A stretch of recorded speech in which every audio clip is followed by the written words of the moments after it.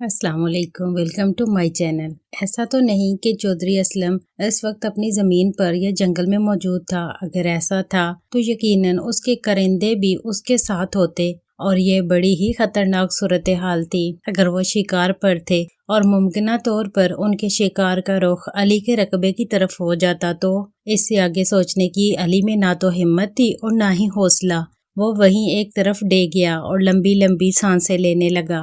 شکیلہ نے اس سے کہا کہ وہ حیا کو جلدی سے بھیجے تاکہ وہ اور حیا فوراً وہاں سے نکل جائیں۔ علی اس وقت حواس باختہ نظر آ رہا تھا۔ شکیلہ نے اسے جھنجھوڑا تو وہ جیسے ہوش میں آ گیا۔ شکیلہ نے اپنی بات دہرائی۔ اب علی نے شکیلہ سے چند منٹ کے انتظار کا کہا اور دوبارہ اندر چلا گیا۔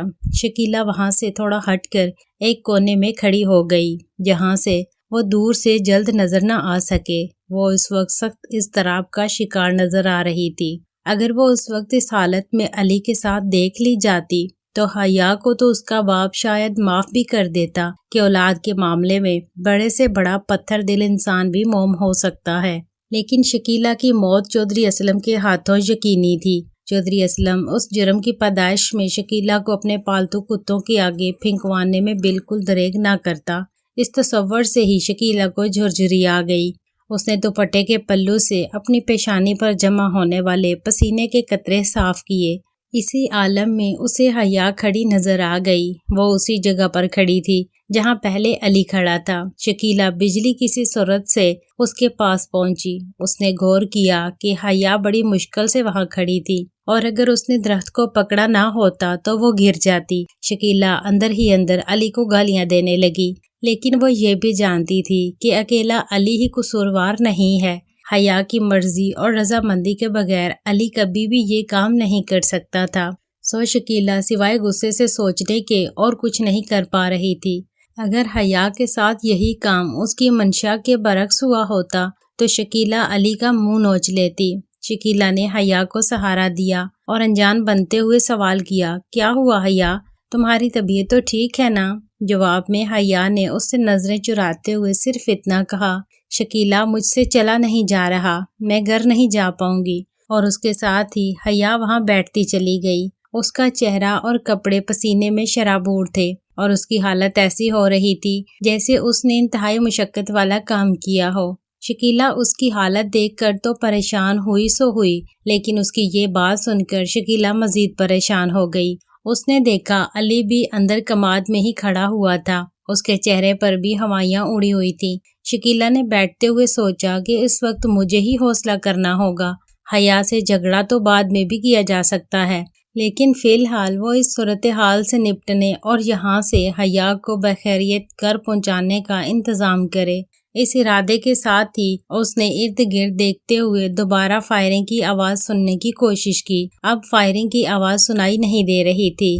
یا تو شکاری پارٹی دور چلی گئی تھی یا پھر انہوں نے اپنے مطلوبہ جانور کا شکار کر لیا تھا۔ کچھ دیر غور کرنے کے بعد جب اسے کوئی آواز سنائی نہ دی تو اس نے حیا کی جانب دیکھا۔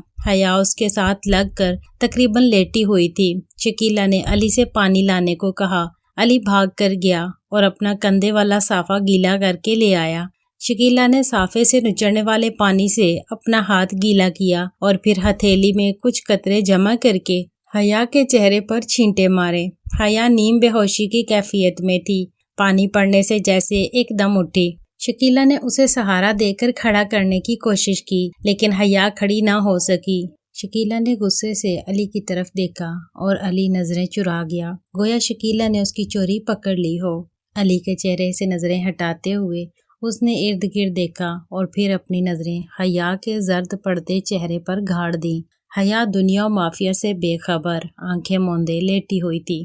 شکیلہ کا دماغ اس وقت تیزی سے سوچنے میں مصروف تھا۔ آخر وہ ایک فیصلے پر پہنچ گئی۔ اس نے علی سے کہا کہ وہ بھاگ کر جائے اور چودھری اسلم کے گھر والوں سے کہے کہ حیا اپنی زمین سے واپس آتے ہوئے علی کے کھیت میں سے گزر رہی تھی کہ راستے میں موجود ایک لمبے اور خطرناک سانپ کو دیکھ کر ڈر گئی اور بے ہوش ہو گئی ہے۔ جلدی سے کسی چیز کا بندوبست کر کے بھیج دیں تاکہ حیا کو گھر لایا جا سکے۔ علی شکیلہ کے منہ سے یہ بات سن کر بھونچکا رہ گیا۔ اسے لگا کہ شکیلہ اسے موت کے کنویں میں کودنے کا کہہ رہی ہو۔ لیکن جب شکیلہ نے اصرار جاری رکھا تو علی کو مجبوراً جانا ہی پڑا۔ ابھی وہ 2 قدم ہی چلا تھا کہ اسے شکیلہ کی آواز سنائی دی۔ اس نے مڑ کر دیکھا تو حیا کھڑی ہو رہی تھی۔ شکیلہ اسے سہارا دے کر کھڑے ہونے میں مدد کر رہی تھی۔ علی تیزی سے واپس آیا۔ حیا اسی کی طرف دیکھ رہی تھی۔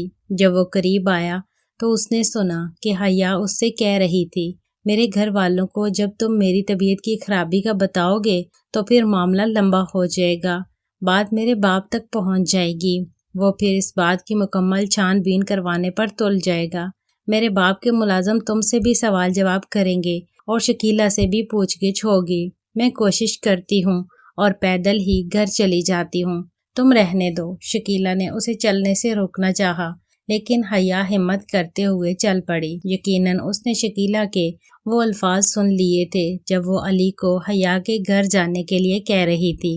حیا کی حالت دیکھ کر علی پریشان تو تھا لیکن اس کے گھر پیغام لے کر جانے سے اس کی جان چھوٹ گئی تھی۔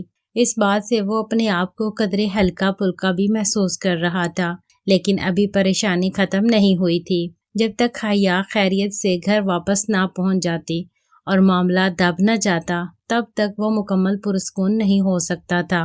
حیا اور شکیلہ آہستگی سے چلتی ہوئی اس کی آنکھوں سے دور ہوتی جا رہی تھی، اور جیسے جیسے وہ گاؤں کے نزدیک ہو رہی تھی ویسے ویسے علی کے اندر موجود خوف میں اضافہ ہونا شروع ہو گیا تھا۔ وہ سوچ رہا تھا کہ اگر کسی طرح سے چودھری اسلم کے گھر والوں میں سے کسی نے بھی حیا کی حالت دیکھ کر کچھ اندازہ لگا لیا تو کہانی کا اگلا پارٹ جلد اپلوڈ کر دیا جائے گا۔ چینل کو سبسکرائب کر لیں۔ شکریہ۔